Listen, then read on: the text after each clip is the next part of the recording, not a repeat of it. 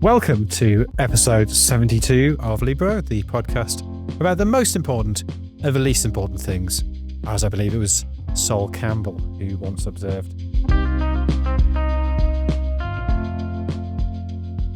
I'm Jonathan Wilson, and I'm joined today by Jack Pitt-Brooke of The Athletic and Miguel Delaney of The Independent, who would like to stress that today he feels Spanish, today he feels particularly Irish. Before we get into the North London derby, which is what we're going to talk about, I think we're all enjoying the adverts, aren't they? It just gives an extra texture to the show. I can't believe we didn't turn them on earlier. I think artistically, aesthetically, morally, it has improved us. And so I'd like to... The veneer of professionalism. Well, I mean, not just the veneer, Mix. We're now actually getting paid for this thing, in theory. We are now professional podcasters.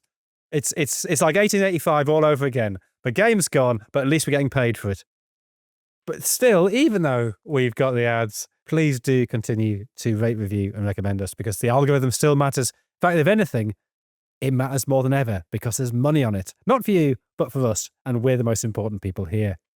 So we're looking ahead to Sunday's North London derby, probably less at the specifics of this particular game than at the game as an institution. But before we get into that, Jack, you've just been to Tirana. So how was that? Have you got your Norman Wisdom doll? No Norman Wisdom doll, but yes, I had a really good time. Like, it's one of the upsides of covering England is you get to go to lots of places. I mean, obviously, like, club football now is just Chelsea versus Barcelona forever, basically. But international football, you know, this season, well, England have played in Riga, in Belgrade, and now in Tirana. I really like Tirana. It's clearly had lots of recent investment. You know, it's got a new fancy shiny airport. It's got the new stadium, which of course was a home of a fairly significant moment in recent football history, which was Mourinho's Roma winning the Conference League a few years ago. So that's really cool. And that was in 2022. The football itself was just another England qualifier, really. Like, England made lots of changes. They still had Harry Kane in the team and Declan Rice and John Stones. So they were comfortably better. And it was ultimately a dead game anyway, right? Because England had already won their qualifying group. But yeah, it was nice. It was also hot, crucially. I got my photo taken with the big statue of Skanderbeg, the legendary, I think, 15th century Albanian knight and kind of like local ruler who stood up for the Albanians against the Ottomans. So yeah, I would recommend it. It's also, I think, meant to be like a big holiday destination, right? Because it's hot and also kind of cheaper than going to Croatia while having a sort of fairly similar vibe. I haven't been there since 2011. I mean, I basically went to escape the royal wedding in 2011. I imagine it's really different. You could see the beginnings of investment really then, different. But Durrës on the coast, it just felt absolutely ripe for investment. It was a very run-down but coastal resort, but seemed to have every possible advantage. But the thing I really remember was the concrete mushrooms. Do you see them out in the countryside? So they were basically like the defensive positions that the Albanian army would take up, like bunkers in the face of an invasion. But the bloke who designed them, he was told, they have to be completely impregnable. After he sort of unveiled his design, they get him to go and stand in one and fire tanks at it, and he walks out unscathed because he's designed it so well. The problem with that is, it means you can't get rid of them because it just requires an extraordinary amount of explosive to destroy them. Well, yeah, so the Enver Hoxha dictatorship built lots of bunkers, and some of them have been turned into museums. Like, there's one right in the middle of Tirana, which is a museum about the dictatorship. Which I went to the morning of the game. It was really awful, actually. Like, I kind of didn't... I learned a lot about how horrific it was, as much worse than I even thought in my very limited knowledge of the history of the area. You've been in Gibraltar, as we were saying last week, for your literary festival with colleagues of yours, such as Jeremy Hunt. Yeah, didn't really overlap with Jeremy. I was Gibraltar. Before that, Lisbon, where I recorded last week's one.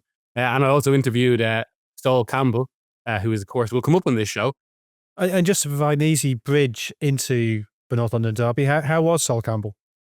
He was an interesting interviewee. So I was talking to him on stage. This is a big tech summit. It's web summit. It's really big, but they have a sports stage every year. I think partly to explore tech and sport, a little part as well because sports stars are big draws. So Campbell, he's setting up an app to aid coaching, which, to be fair to him, he was quite interested in talking about how he basically did it because, you know, he was struggling for a job. He wanted to stay in football. He actually had an engineering background. But we were talking about this for a few minutes, and obviously we get into a bit of football. And I suppose people have certain perceptions of Campbell. But then I bet he just as a lovely segue, he was talking about how he likes to solve problems with this app. And I asked him, well, like, you know, okay, you apply that to being a defender. What attackers gave you the most problems to solve? And he kind of thinks about it for about 2 seconds. Goes, nobody. I had a handle on everyone. There was also quite an interesting scene just before we were about to go on the stage. We were kind of in the kind of little kind of green room area. Like there was actually a small tunnel, which when Campbell kind of goes, yeah, this reminds me actually of a tunnel. And he did his the speech he gave when he used to go out. You know, we went out pumped and ready to talk tech. What is that speech? There's a lot of swearing in it. Okay. References to the opposition as wankers. And so Campbell, I guess, was called that himself quite a lot during his career, particularly after his move from Tottenham to Arsenal, which I guess shows just how vitriolic the North London derby can be. But Jack, where do you think it ranks among the great English derbies? My view on this is that it probably has a bigger standing in English football now than it did traditionally, largely because the two teams are mainstays of the Premier League. They've been amongst the biggest, or they've been amongst like the most, I mean, they're both part of the Big Six. I'm not sure how useful a phrase the Big Six is now, but everybody knows what that is. They were both Super League clubs. They've generally been in and around the top 4, top 5, top 6 places over a lot of certainly the last like 15 years, maybe 20 years.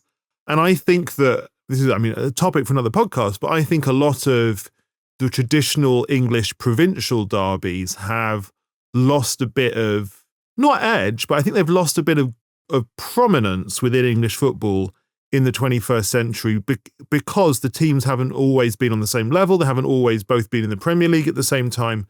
I'm thinking of, you know, I mean, Newcastle Sunderland, Southampton Portsmouth, Aston Villa Birmingham City are probably the main ones that I would arguably, Norwich Ipswich perhaps, Sheffield certainly. Those are derbies which are incredibly felt locally but don't really have that kind of global reach, whereas this game, along with the Manchester derby and the Liverpool derby, have become kind of a big part of how the Premier League is marketed around the world. And this one, I think, like the Manchester one, has also benefited from the rough proximity of the two teams in terms of level. So I think because for that reason, I think it's probably this feels, I think the last maybe 10, 20 years feel like a significant moment, era for the North London derby. The sort of derbies fall into sort of 3 categories.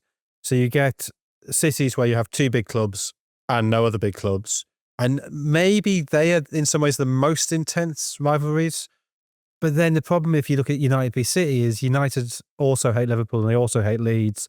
And so there's a, I mean, obviously now they are, I mean, City, I guess would argue they're now certainly better than United, maybe not bigger than United. But for a long time, City just weren't on the same level.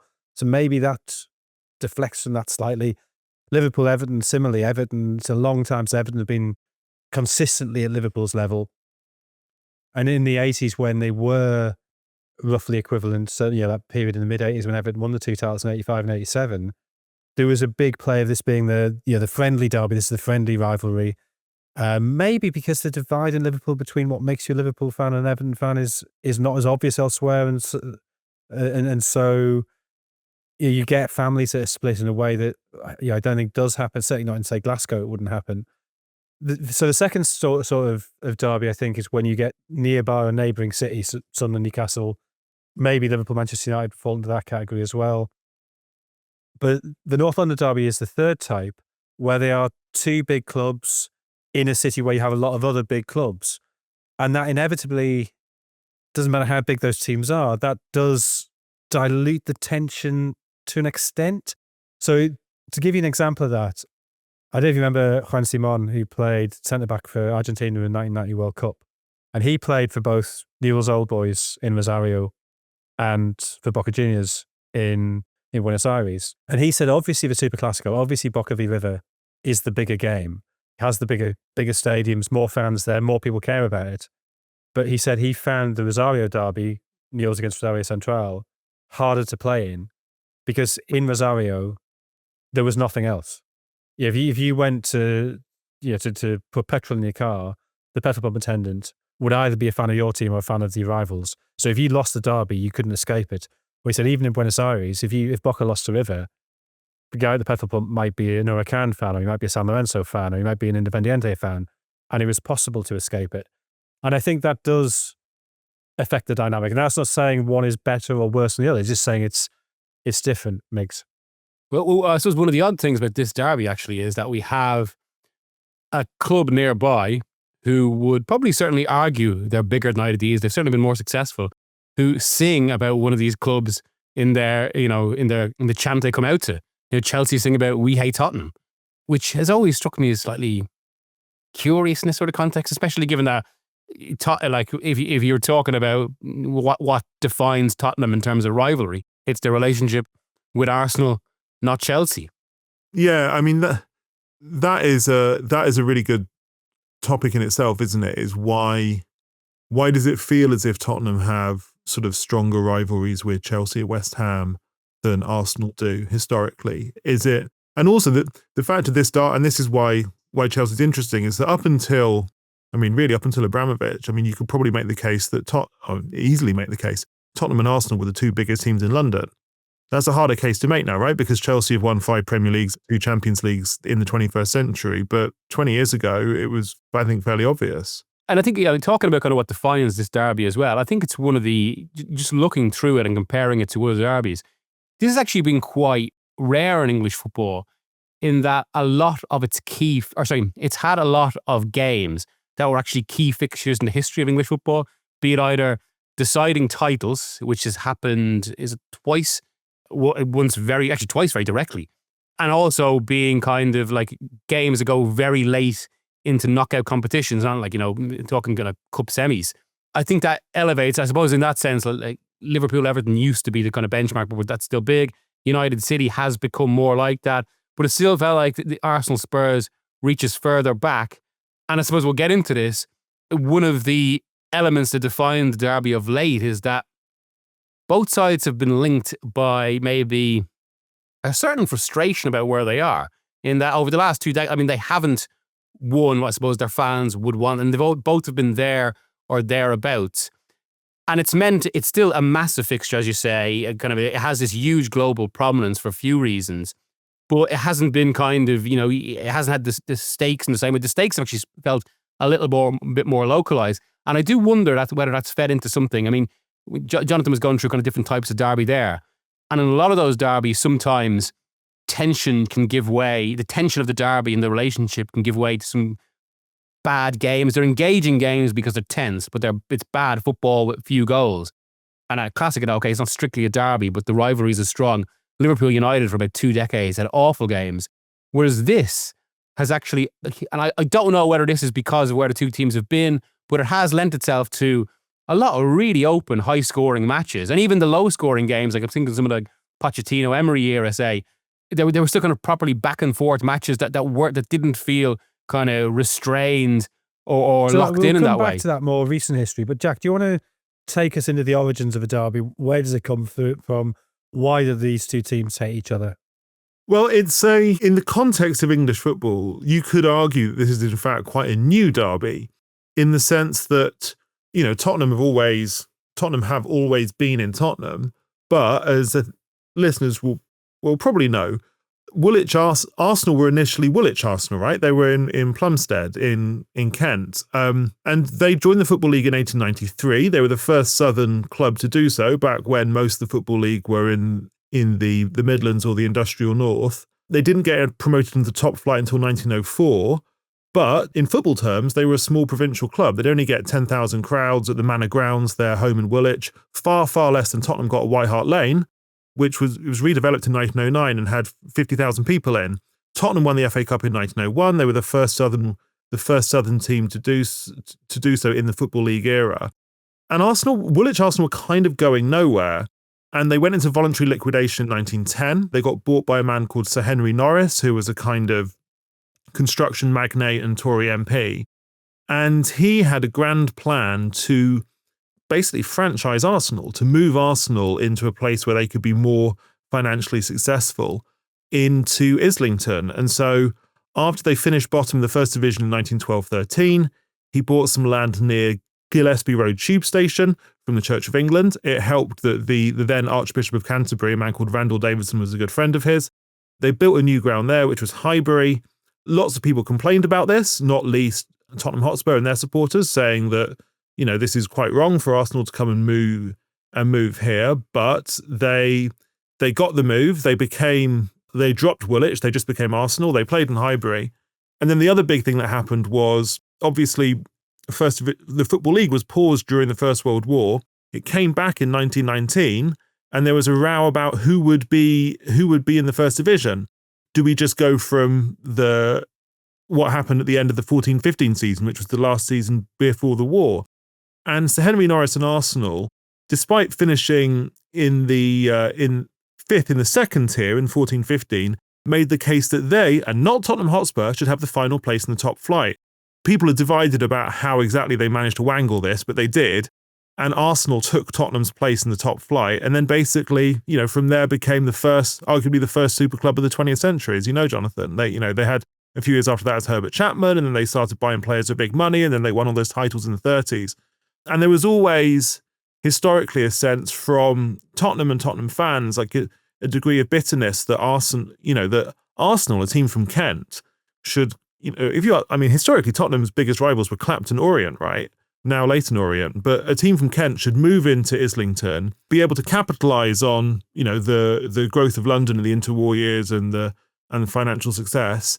But they were they shouldn't really have been there, and they shouldn't have had Tottenham's place in the top flight either. Is that actually just one of the most far-reaching and fortuitous, you could even say far-sighted, decisions in modern football? Because where Arsenal are geographically located, not just they're in North London, but that particularly they're in one of the most, you know, expensive parts of North London, it is actually linked to their size now, not least, I suppose, and we're going to get into this as well, how much match day revenue and ticket prices actually helps the club reach what they are. And also, I think, look, this is a much bigger discussion that you could do a pod on itself. This element that Arsenal have sort of become, and I might get a lot of heat for this, but I think it's true when you go around, given me and Jonathan are in Southwest London, I think they're sort of London's club. I think they've got... Oh, yeah. They've got the biggest support around London anyway. They're not... I think Chelsea would probably challenge that, but certainly where I am, which should be kind of Chelsea territory, you see a lot more Arsenal shirts. And I think some of that, of course, is linked to kind of Ian Wright, the early 90s. But by the simple act of moving there, as complicated as it was at the time, has had a huge impact on what Arsenal are, and not just in terms of kind of their geographical location, the identity that comes with that. It occurred to me, Jack, till you point that out, that Clapton Orient have been Tottenham's big rivals. Because, I mean, actually, although Tottenham are understandably annoyed by this, Clapton Orient are the big losers in all this. I mean, Clapton Orient were quite a big team. That they very nearly signed Raymond Brain, the great Belgian striker in the 20s. He was famously, he didn't go to the 1930 World Cup because he'd been banned by the Belgians for owning a cafe, which breached rules on professionalism. But I think it was only a work permit issue that meant he didn't go to Clapton Orient. So, I mean, they were a serious side and essentially don't exist now as a viable force. And it also occurred to me, you making a point about Herbert Chapman, that both Tottenham and Arsenal had really progressive, far-sighted managers in the 20s. That Tottenham had Peter McWilliam. And in some ways, Peter McWilliam's influence is almost even longer lasting than Chapman's. That Chapman doesn't devise WM, but he's certainly the person who popularizes WM. He wins 2 of Huddersfield's 3 titles in a row. He's halfway through Arsenal's 3 titles in a row when he dies of pneumonia in the early 30s. But McWilliam is the person who establishes the Tottenham style, which I think is still discernibly the Tottenham way of doing things. I mean, maybe not under Thomas Frank, but it's certainly the self-image Tottenham have of themselves. But it's him who brings through Arthur Rowe and Bill Nicholson and Dick Buckingham. But maybe in another world where Arsenal weren't quite as big as they were, where they hadn't had that artificial boost of going into the First Division in 1919, maybe McWilliam's place in British football history would be as celebrated as Herbert Chapman's is. That's really interesting. I hadn't thought of that, but certainly, like with Herbert Chapman, like he wouldn't have gone. Yeah, to he was at Huddersfield, Arsenal. right? Yeah. Huddersfield. Sorry, we should just say Huddersfield, hugely successful team, win 3 titles in a row. They win the FA Cup, then he win 3 titles in a row in the early to mid 20s, and it's after the second of those 3 titles, he's seduced by Arsenal and the marble halls and this. I mean, they very early get that sense of old money, which they just weren't, right? They were nouveau riche parvenus in 1919, but by the mid 20s, the way they projected themselves, they're sort of Henry Norris, we are the nobility of this situation. Chapman thinks they've got funds that can take me further than Huddersfield can. This is a bit of a tangent, maybe more of a bit of a philosophical point as well. And there's also an element that triggers Broom about it. Given we talk so much about community and what football clubs are about, how far into its history side does a link like that cease to be relevant? I mean, because it's in some ways it's almost an inconvenient truth of Arsenal. Given how linked they are to North London, it's an inconvenient truth of Arsenal's very identity that they were founded in a completely different area of the city. And you could apply that to a lot of clubs, of course, who are kind of finding their way as they're finding a base and properly settled there. But it's always struck me as something that there's a little bit of tension with it when we talk about something that we would, of course, promote and support a lot, which is the links of clubs to their communities. Yeah, I was thinking earlier, is this equivalent to the Brooklyn Dodgers moving to LA? I mean, ultimately, it's not really, because there's a difference between moving across the American continent and moving, 10 miles? Also, it wasn't as long term. They weren't as kind of embedded in the community as no, I mean, the Brooklyn Dodgers were a much more significant thing than Woolwich Arsenal were in 1912. Like that. But the oddity there is that, I mean, Dodgers is I don't know why the Brooklyn Dodgers had that name, but it doesn't seem odd to hear that attached to LA. Whereas if you actually think about it, the Arsenal element of Woolwich Arsenal name, there is no Arsenal in Highbury. There never has been. And the fact that Gunners, the cannon on the badge is so much part of the iconography.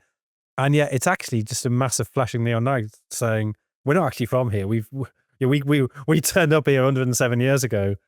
Sorry, 100 and whatever years ago.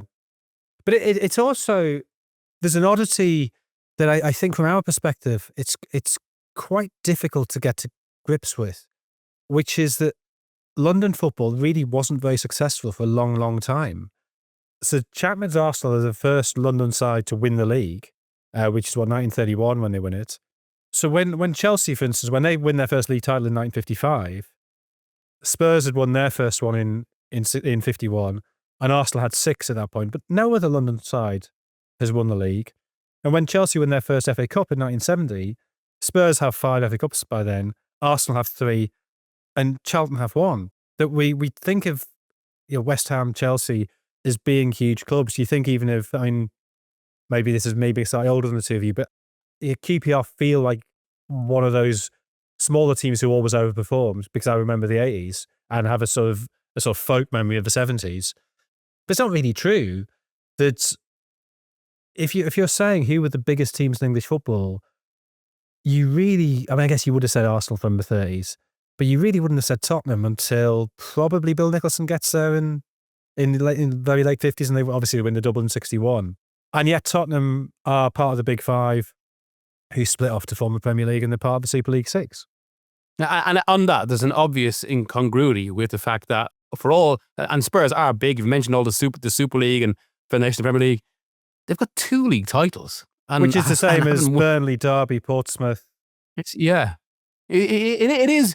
It's always been a bit of a, again, Preston, a bit of a clash between what Spurs are and what they genuinely are now, and their actual kind of what's actually in their trophy cabinet.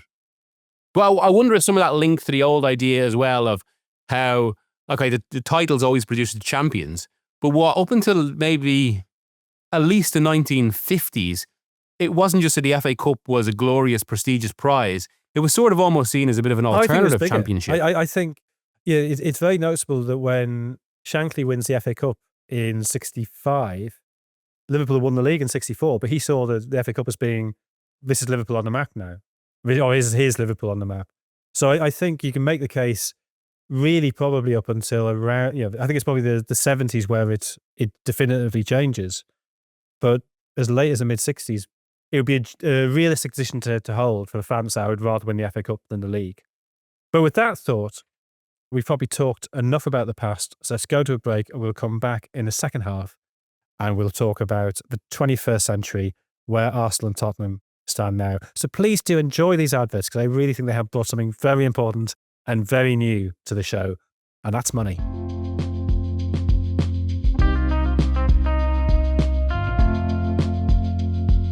Welcome back to Libero. I hope you enjoyed those adverts. I know I did. Moving to the 21st century, I mean, Sol Campbell, which is sort of where we came in, but I guess he is the figure that really ignites the rivalry for the new age. So Jack, and do you want to explain why his transfer was so significant and why it hurt Tottenham so much?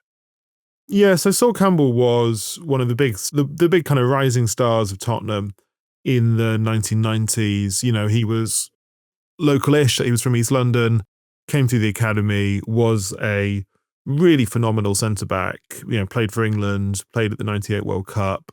But his contract was running down, and it was a kind of choppy time at Tottenham. Like, they were never, even though, that they weren't able to put together consistent league performances. They won the League Cup in 1999, but they were never really challenging. Obviously, Alan Sugar sold to ENIC in 2000, and it felt like the club was it wasn't really clear what the direction of the club was.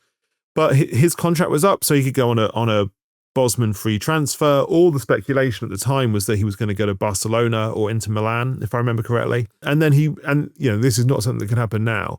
He shocked the world by going on a free transfer to Arsenal. Now, obviously, in a football sense, it made perfect sense. Like, Arsenal, they'd won the title in 1998. They were rebuilding a little bit, but they still had tons of fantastic players.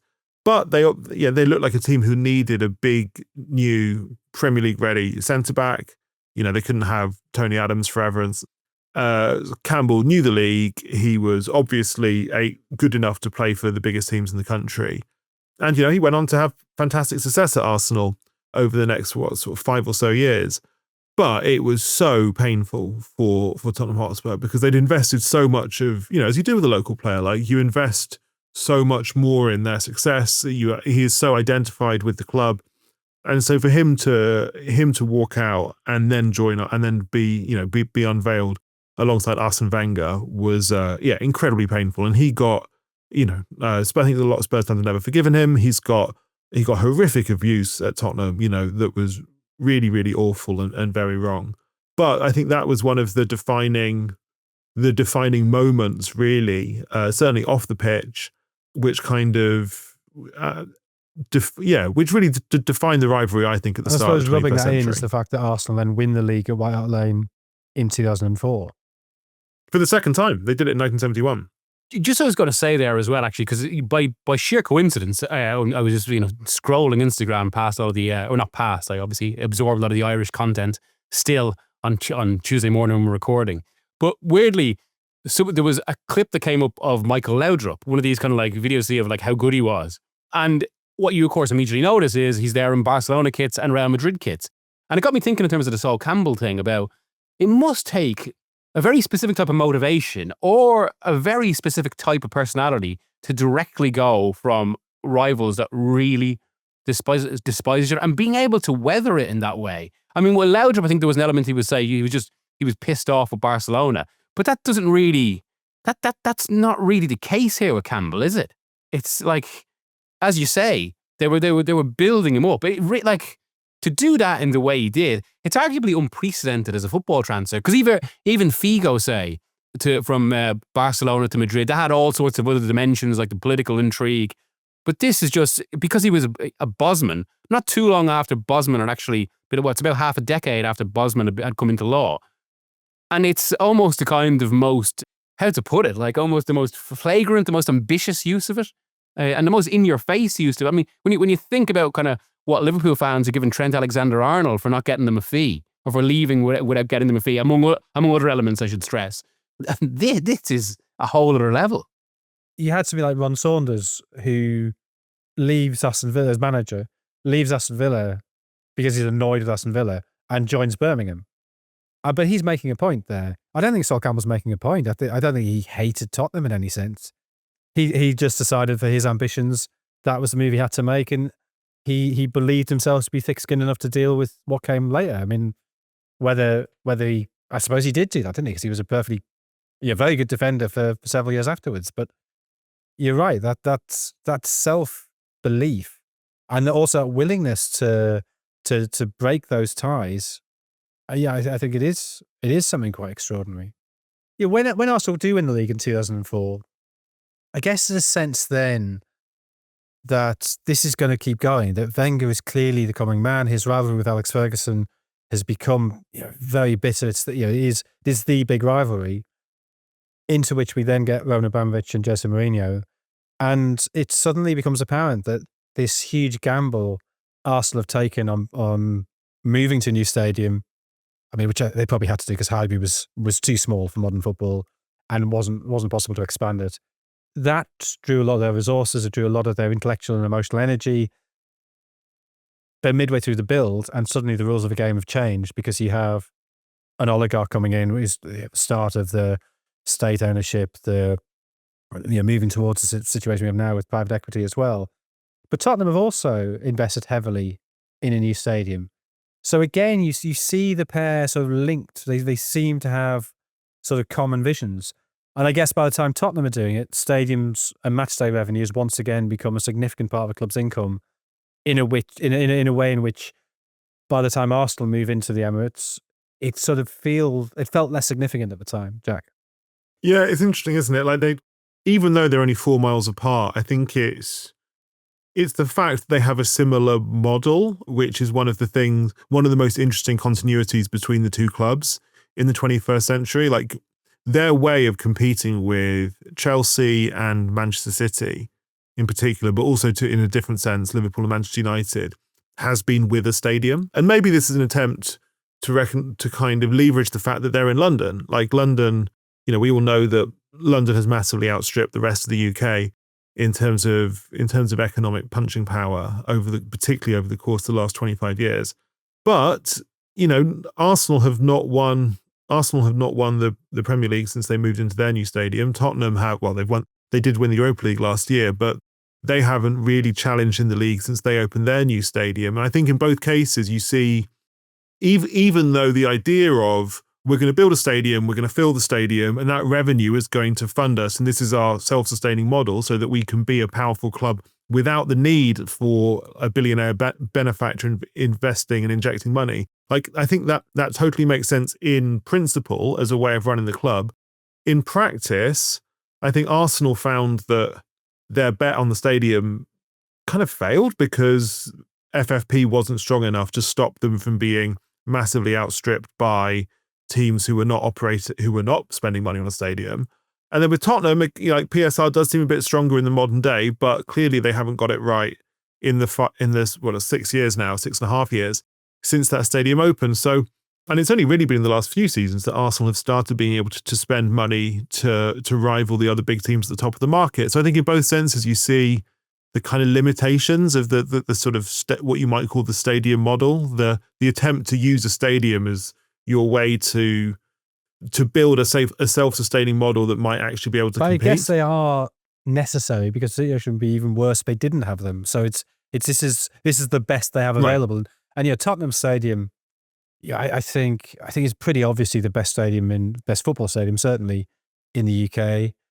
I was over at River Plate a few weeks ago, and they were saying that when they did their big redevelopments during the COVID lockdown, Tottenham were the stadium that they looked at various stadiums across Europe, but Tottenham were the ones they were like, that is what we want it to be a bit like, to the extent that the seats at the Monumental are exactly the same seats, the same shade, the same design, made by the same company, imported from Britain, because they were like, that's what we want.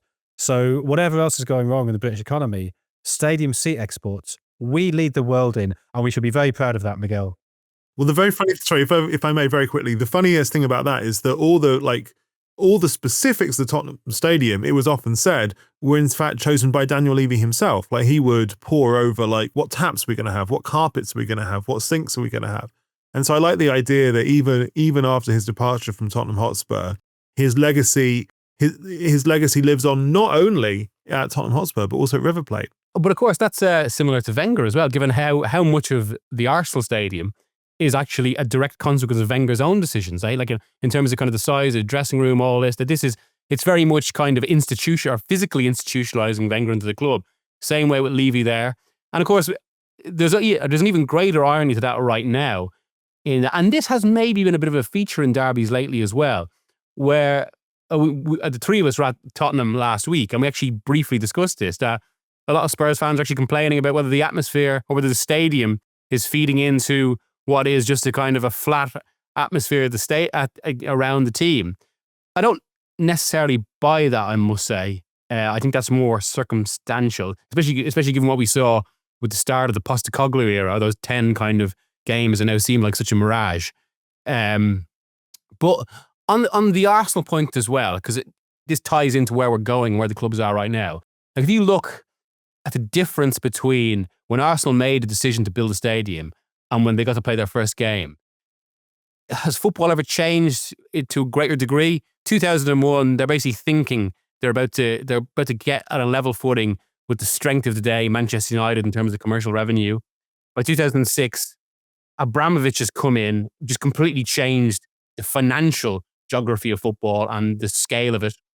That is directly linked to clubs like Leeds beginning to feel the stretch of the game, and like how you can't just perpetually spend on wages. That the football's economic model was essentially broken at club level, which directly is a direct cause of FFP, of all sorts of football's eventual and belated attempt to impose financial regulation. Except, of course, the problem is that it's too weak.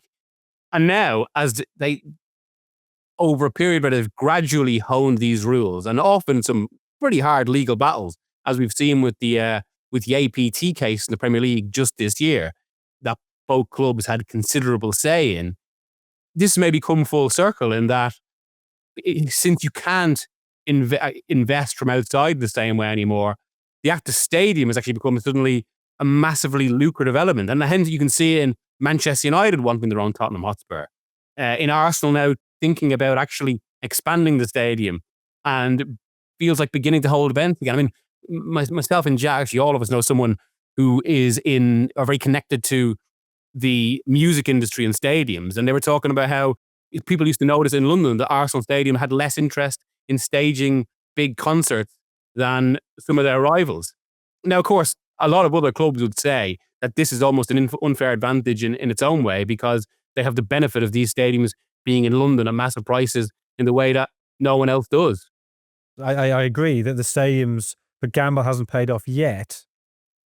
Look at Chelsea and look at how desperate they are to get their own stadium, and the problems they have, partly because of the fact that the pitch is owned by the Pitch Holders Association, so football has to be played on that land, which in many ways is a very good thing in terms of rooting it in that community. But Stamford Bridge is very, very difficult to expand because they have the graveyard on one side and that railway line which exports nuclear waste on the other side. So it's not that building a stadium was wrong, it's just it hasn't paid off yet. Just actually on a question, this is one for the the listeners as well, maybe. Given we live quite close to it, and Battersea Power Station, it's a very impressive building, even if it can feel a little bit like a Solus Mall at times. How would you feel if Chelsea had moved there, actually, if that was Chelsea's home? I mean, personally, I'd have been fine with it, because I think you go to Stamford Bridge and it feels small. It feels it's not quite an elite club. I imagine some Chelsea fans are fine with that. They quite like the idea of them as sort of this smaller rebel fighting against the elite and the establishment. But if they are to be a sort of self-sustaining elite club, they need something better than that. And land in London is not easy to find. The Battersea Power Station site was available.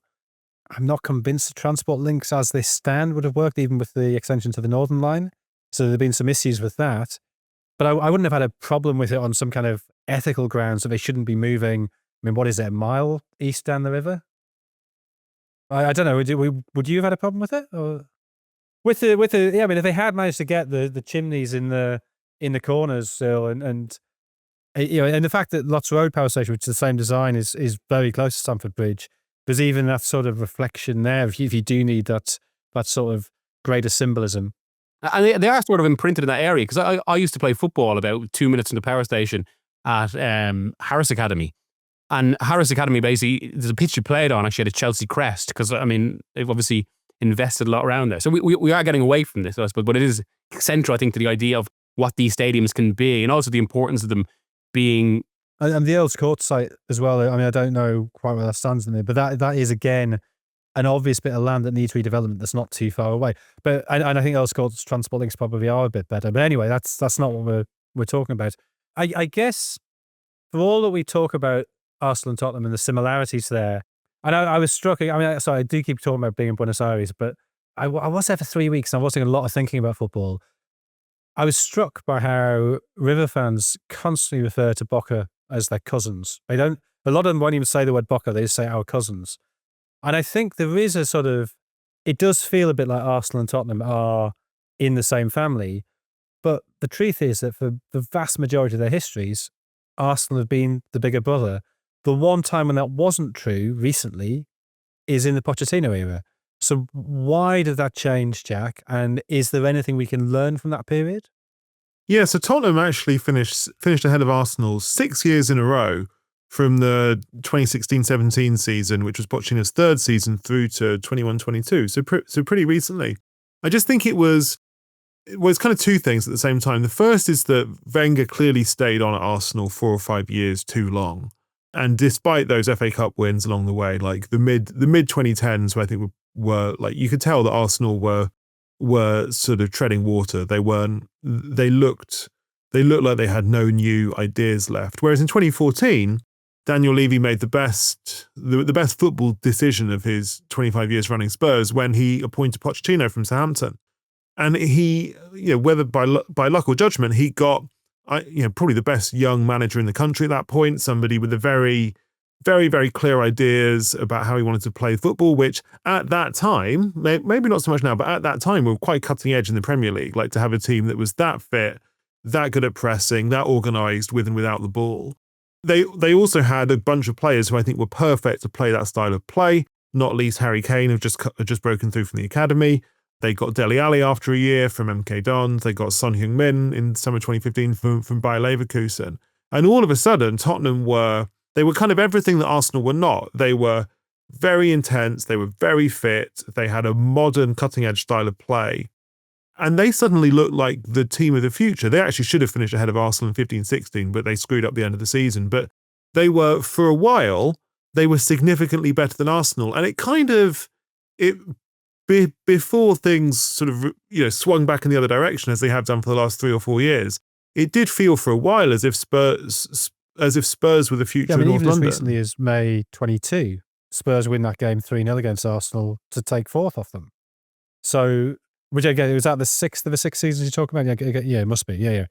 Yeah, that was the final season. But the funny thing about that is that was really like that was kind of the last hurrah of that group of players. So Conte was the manager. He was squeezing the last drops out of them.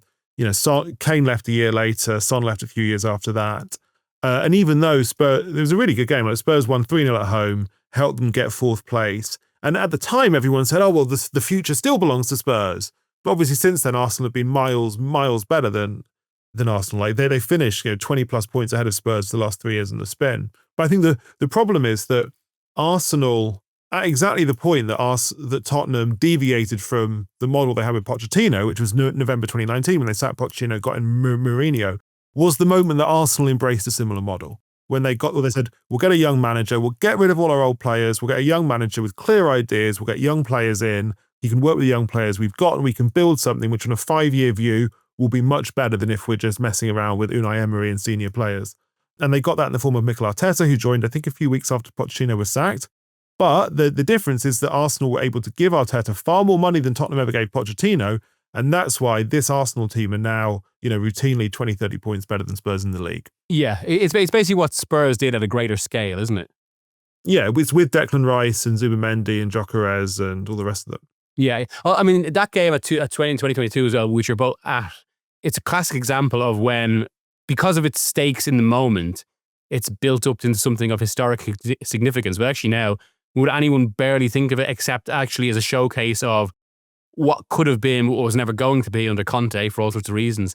And actually, its main significance is in the formation of this Arsenal team. And if they do win something, if they win a league or a Champions League, I think it will kind of maybe form a little bit of a detail in how this team had to gradually keep getting over failures to get closer and closer. Because, I mean, to be fair to Arsenal in that context, and for all the kind of, well, for all they're still seen as sort of like, bottlers who are, or, forever to be bridesmaids and all this sort of thing, they finished 5th that year, and they responded, but not just getting back into the Champions League, but actually putting in a title challenge. And now, I suppose, after the failure of 2 title challenges, or finishing 2nd, well, 3 you might say, although last season wasn't really a title challenge, whether this is now being used to just go that next step, which of course the great question around the club. And you would say probably arguably just, well, Tottenham fans, I suppose this is where we get into a bigger debate, just because of what Tottenham have been willing to pay on wages, that level they can never quite get to. But maybe actually, given the changes at the club over the past year, or the past few months, what they might start thinking about. Should we bring this to a close by looking at Sunday's game?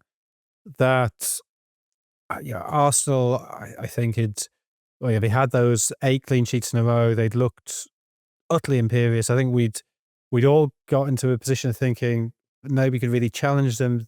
Very hard to see how Arsenal can even lose a game because they're not conceding. They can score from set plays, they can score from open play. Their squad looks the most coherent and deepest in the league. And then suddenly, that last weekend before the international break, they conceded a late equaliser against Sunderland. Actually, in parts of that game, really sort of were rocked by Sunderland in a way that I didn't think was likely. City are coming back at them, only 4 points behind. So they are maybe, obviously in a great position, but maybe not quite as secure as they looked 2 weeks ago. And Tottenham in a very odd position where, what are they, 5th in the league? And yet their home form is so bad that there's mass discontent. So what are we expecting this weekend, Jack? Well, I actually didn't watch all of the Arsenal Sunderland game. I was in the pub with you guys, and then I went to a different pub. So I missed this kind of stirring second half. I mean, I would probably make Arsenal favourites. I think that all of Tottenham's best results this season have come away from home, which is, positive for them. They have a terrible record at Arsenal, though. I don't think they haven't won at Arsenal since 2010, even those kind of 6 years in a row where they finished ahead of Arsenal. In that time span, I think their only win there was in the League Cup. They never won at the Emirates in the Premier League. Also, I think that Spurs' great strength is obviously, keep it tight, rely on set pieces. And yet they're against a team who are really good at defending set pieces. Now, that might well nullify Spurs' big attacking weapon. Although Sunderland did cause them problems. So, I don't imagine it will be... So that I think was the real shock. True. Was just, I don't think Sunderland are brilliant at set plays by any means, and yet they really rattled them from set plays. So there is an opportunity for Spurs. From what I gather after that game, Arteta was really, really irritated that they got done twice in second balls. I think Arsenal maybe reckon it's a little bit circumstantial, but who knows? Maybe this game is actually going to be the test of that in this sense. Yeah, and I mean, where do you see Arsenal generally? I mean, all teams drop points. I know you obviously have good contacts at Arsenal. What is the mood? Is it sort of irritation, 2 points dropped, rather than sort of panic that, oh no, we're not quite as good as we thought we were? So from what I understand, the message from within has been, and Arteta does this a lot, and I know it does aggravate people, that the second half was actually an excellent performance. It's a sign of what's to come. I suppose we're a little bit in kind of, it's almost like every game now. We've spoken before about how it feels like so much at Arsenal is a referendum on Arteta. And it does feel like until they get a really healthy lead, if they get a really healthy lead, every single game is going to be a referendum on where they are and certain qualities required to win the title. So this specific game is now going to be, I suppose, a test of, well, can you actually respond to a setback and keep going, especially if the next game is difficult? Or are you going to get into one of these classic slumps, which is why teams like City can reel off titles in that way? And secondly, related to that, I suppose, is a bigger question of Arsenal and psychological durability. I do think they have hardened and they have been honed by kind of basically 5 years of all this noise. But equally, that noise is still there. not least in your own stadium. And you could feel it in the City game as well. Certainly in the first half, there is, because of this weight to win a title, there is an angst around the team that still feels like, I don't want to say it affects the team, but it does feel like Arteta and maybe the staff are constantly trying to come up with ways to actually ensure that doesn't permeate into Arsenal. I think this will continue. But at this moment right now, I can't see them pulling away, especially with the form of Haaland. I can't see them pulling away enough. I think this could be a tense title run. And now 2 weeks ago, to be fair, I probably would have said that Arsenal are going to run away with it. I have since gone back a bit on that, Jack, on that opinion. Where does Frank stand at the moment? I mean, as Brentford manager, he caused Arsenal problems, particularly at home. So you're not necessarily at the Emirates. Tottenham have obviously been without 5 attacking players out. No Solanke, no Maddison and Kulusevski, no Kudus 2 weeks ago, and also Bergwijn if you count him as an attacking player, but certainly somebody who can drive forward. So is this lack of attacking thrust we saw against Chelsea and again against United, albeit they did score twice in the second half, is that something to be worried about long term, or is that to do with the injuries and the absences? So I think it's a bit of both. I think that this is kind of the most interesting question about Spurs right now is everybody can agree the football isn't good. Like they struggle to create things in possession. They struggle particularly at home. And to what extent is that down to Thomas Frank, or is it down to the quality of the available players to him? I think that most people for now are being patient. Most people accept that, this is not a star-studded squad anyway. And then if you take Solanke, Maddison and Kulusevski out of it, it's somehow, it's even less impressive. So I think he's doing probably as well as he can with the limited resources available. But I think that he's going to have to improve, like the home form will have to improve. It's not sustainable to collect almost all of your points away from home. So that will have to change. I just wonder, hearing Miguel there talking about the pressure Arsenal are under, I wonder if that might actually help Tottenham going into this game, because it's clear that unless and until Arsenal win the title this year, it's going to be 27 remaining league games of intense pressure and intense scrutiny.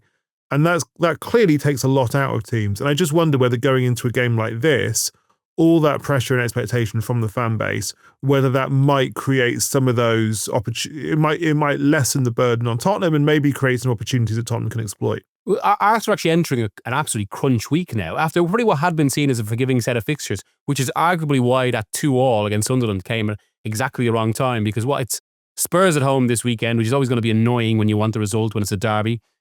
Bayern midweek at home, which, okay, it doesn't matter as much because of what the Champions League is now, but it's still Bayern, so it's a game basically where they could feasibly drop points and maybe just add to a certain uncertainty.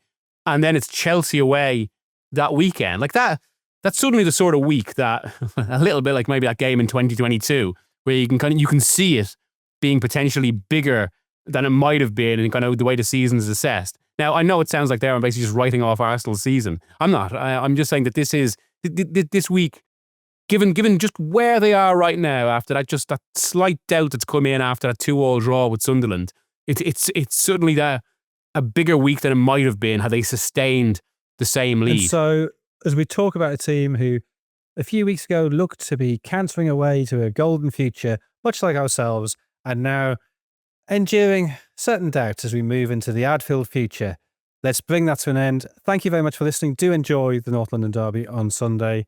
Please do remember to continue rating, reviewing, recommending us. Do tell all your mates about us, because that's the way we can grow. And that will, I know I'm joking about the ads, but we do need to keep growing, to keep going forwards. And do join us again next week for episode 73. See you then.